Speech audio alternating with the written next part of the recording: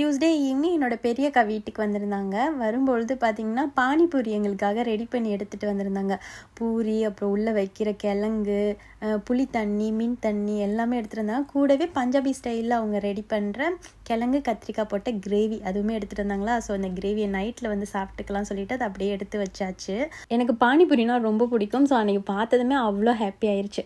தம்பியும் பாப்பாவும் ஸ்கூல்லேருந்து வந்த கையோட அந்த பூரிக்குள்ளே கிழங்குலாம் ஸ்டஃப் பண்ணி, எனக்கு அந்த புளி தண்ணியை விட புதினா தண்ணி பிடிக்கும், கொஞ்சம் ஸ்பைஸியாக இருக்கிறதுனால.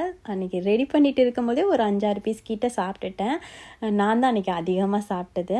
தம்பிக்கும் பாப்பாவுக்கும் டின்னருக்கு சிக்கன் பொரிச் ரெடி பண்ணியிருந்தேன். ஸோ அது கூட சேர்த்து சாப்பிட்றதுக்காக மம்மி பாயில் பண்ணிவிட்டு நித்திரி பொடியுமே ஃப்ரை பண்ணி வச்சுட்டேன்.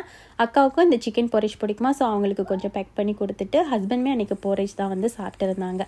எங்களுக்கு அத்தை லஞ்சுக்கு வச்ச ரசம், கோவாக்காய் பெரட்டெல்லாம் இருந்தது. ஸோ அது கூட வந்துட்டு பீன்ஸ் முட்டை போட்டு பொரியல் பண்ணிவிட்டு அக்கா கொண்டு வந்த பஞ்சாபி ஸ்டைல் கிரேவி வச்சு சாப்பிட்டாச்சு.